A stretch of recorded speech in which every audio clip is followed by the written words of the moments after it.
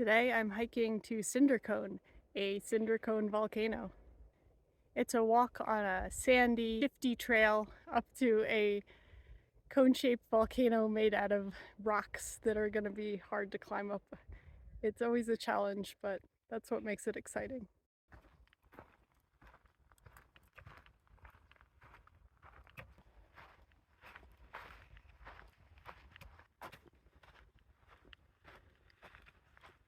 Hiking through this beautiful pine forest.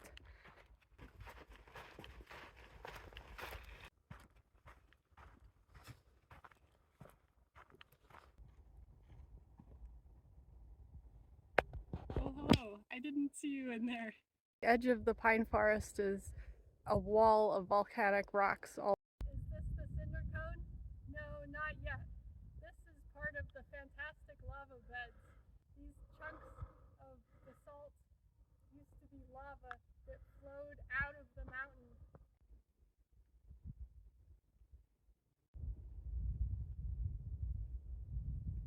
I'm not a geologist, but I'm enough of a geologist to not want to definitively identify any rock ever.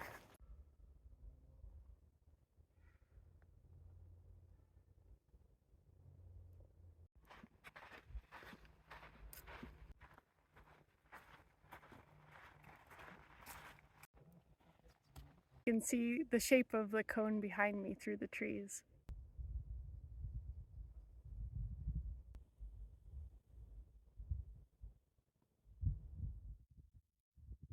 There it is. There it is, cinder cone.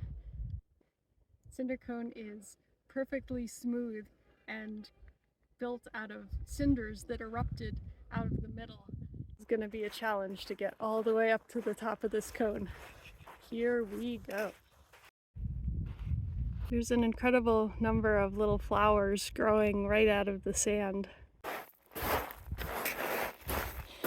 This trail is made entirely out of little bits of volcanic rock that slide past each other. So it's 2 steps forward, slide half a step back, all the way up the entire mountain.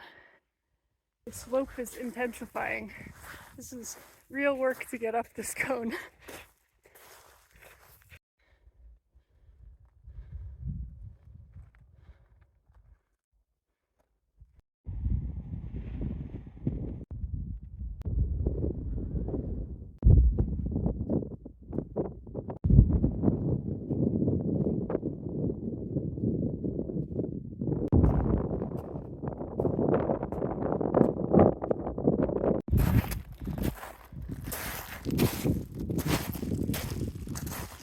It is getting even steeper.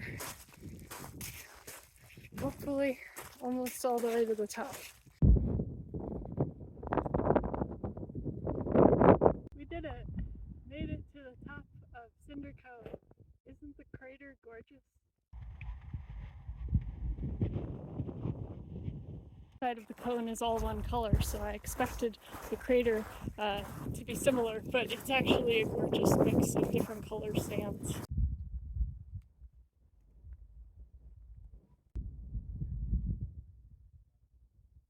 From the top of the cinder cone, the view is really nice. I can see the fantastic lava beds stretched out below, as well as the painted sands.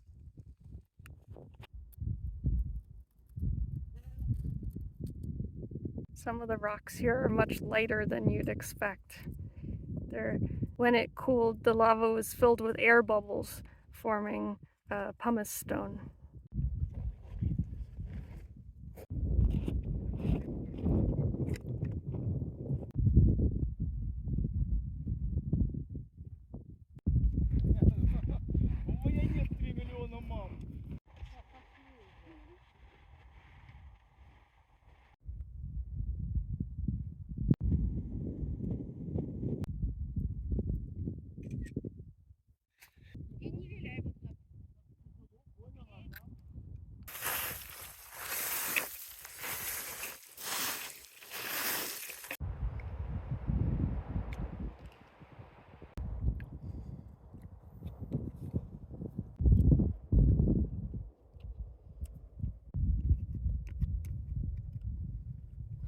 From Cinder Cone, we can see Lassen Peak and also Hat Mountain and many other mountains in the distance. When did Cinder Cone last erupt? A couple of geologists visited this site and used two different methods to estimate how long ago the fantastic lava beds were formed. The first geologist came here in the 1880s and observed the lava flows and the ash and trees growing in the ash, and he estimated that the trees were over 200 years old. So 200 years old in the 1880s puts that back in the 1600s. Another geologist found an entire tree embedded in the lava beds. So this tree was killed and engulfed when the lava was flowing. Using carbon dating, that tree was found to be around 1650. So that means that the fantastic lava beds and some of these cinders were created around 300 or 400 years ago.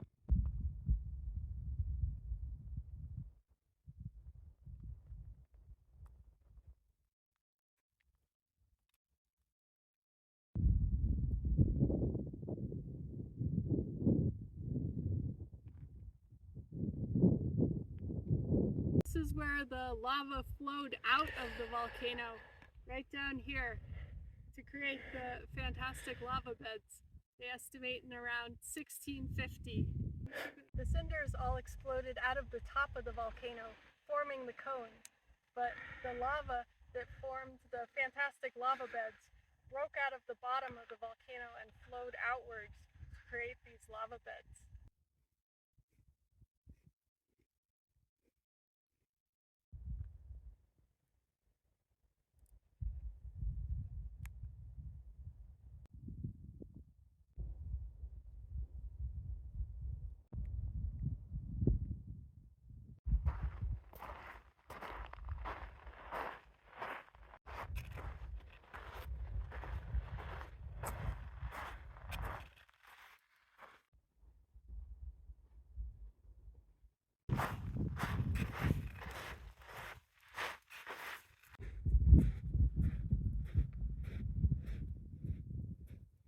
This is a great view of Cinder Cone. The trail is on the other side, so this is just the undisturbed cone of cinders, perhaps as it looked right after it erupted.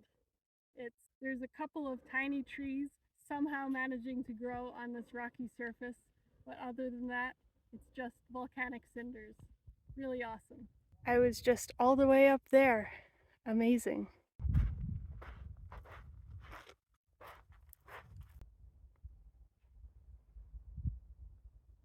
I'm so grateful to have hiked Cinder Cone today. It's such a geologically interesting area with volcanic activity, cinders, lava flows.